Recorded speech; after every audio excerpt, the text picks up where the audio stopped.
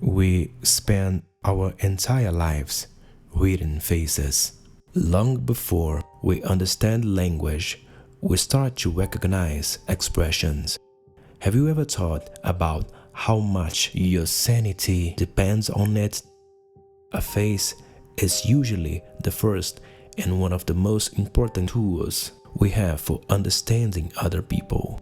So, what happens when a face stops revealing anything at all?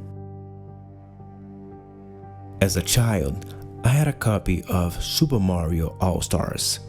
Of all the games included in that collection, Super Mario Bros. 2 always fascinated me because it felt so different from the others. Years later, I found out that this wasn't a coincidence. The game was originally based on Doki Doki Panic, with many of its assets replaced for the Mario release. But that's not what I want to talk about. There was this one enemy in Mario 2 that frightened me more than anything else. It wasn't exactly terror, but rather a kind of anxiety, a feeling uncomfortably close to it. I'm not talking about any bosses, not even the strange ones like Birdo and Mask Gate.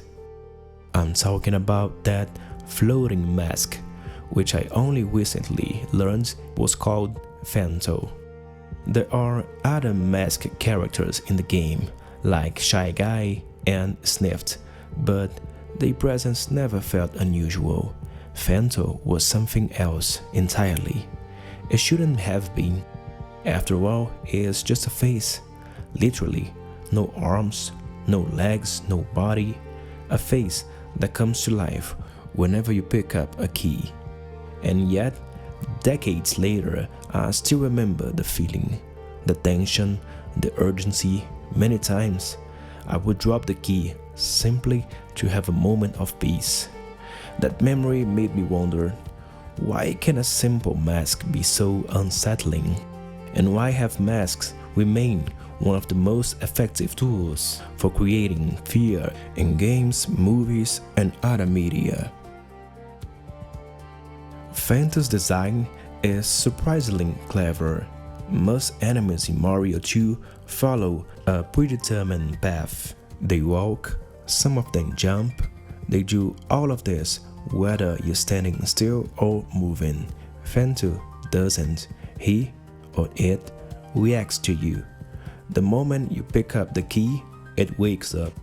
The moment you drop it, it stops. Pick it up again, and it returns. That small difference changes everything. It creates the feeling that the mask is watching, waiting, observing your choices. And because of that, it feels personal. Furthermore, faces are supposed to be something we read. Phanto feels like something that is reading us instead. The threat isn't random. You are the reason it exists. Your objective and the danger become inseparable. The more I thought about it, the stranger Phanto became. Because Phanto isn't really a character. It doesn't have a body. It barely has behavior. It's almost a caricature of a face. And I guess that's exactly why it works. Human beings are incredibly sensitive to faces. From our earliest years, we learn to understand them. We look for emotion, intentions, attention, threats, comfort. Faces help us to understand who is in front of us. But Phanto breaks that system. It gives us the face and removes the person. What remains is something that feels strangely incomplete. A human face is never truly still. Even in silence, it changes constantly. Eyes move, attention shifts, expressions appear and disappear. Tiny muscles communicate countless things every second. Life is movement. A mask interrupts that movement. It freezes what should be dynamic. It locks a face into a single expression forever. And I tend to believe that this is part of what makes masks unsettling. They imitate one of the most expressive parts of the human body, but remove the expression itself. They look alive, yet remain completely unchanged.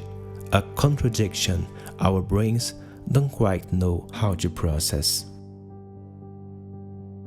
Masks occupy a strange category. They're not really objects, but they obviously not really people either. Somehow they exist somewhere in between. A chair is easy to understand. A person is easy to understand. A mask is neither. It has eyes, a mouth, and everything else. Yet it possesses none of the qualities we normally associate with a living being. This is also where ideas like the uncanny valley begin to overlap with the discussion, because the things that disturb us the most are not completely unfamiliar. They are almost familiar, almost human, almost alive, and that almost creates discomfort.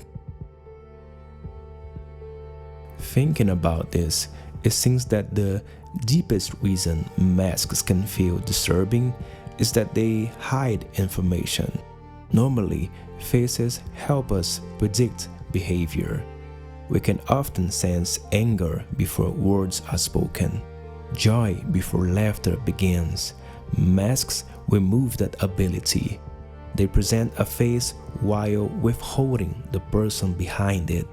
The face remains, the intentions disappear, and when we cannot understand intentions, uncertainty grows, and in general, fear often follows. This idea shows up again and again, not because these stories are copying one another, but because they seem to be touching the same psychological nerve. For example, in Majora's Mask, the mask feels less like an object and more like an entity. It doesn't seem worn, it seems alive, as if the face itself possesses intentions. In Halloween, the opposite happens. Michael Myers' mask feels empty, expressionless. A face is stripped of humanity. The less emotion it shows, the more unsettling it becomes. And then there's no face from Spirited Away, a character whose identity feels strangely unstable. The face remains unchanged, but everything around it keeps shifting. Different stories and different contexts, yet they all seem to rely on the same contradiction: a face that is present but refuses to explain itself, a face that offers form without offering understanding. There is a natural expectation that faces will reveal some emotion. Even if someone manages to conceal it, another feeling usually takes its place. A mask breaks this process, not by removing the face, but by freezing it. While the brain expects, and perhaps even needs, to read thoughts, emotions, and intentions, masks play a remarkably sophisticated psychological game. They keep the face, but remove the message. I think that's why I still remember Phanto, because of the mystery behind that unchanging expression, because of its reactive behavior, and most of all, because it introduced me to a strange kind of horror that I would later encounter in many other stories. When there seems to be no one behind the face and no intention can be deciphered, that face begins to awaken deeply uncomfortable anxieties of our own. How do you feel about masks? Let me know. If you like this, please hit the like button. If you want more, check my other videos and subscribe. There's new content every Wednesday. I'm Charles, and I truly appreciate your time.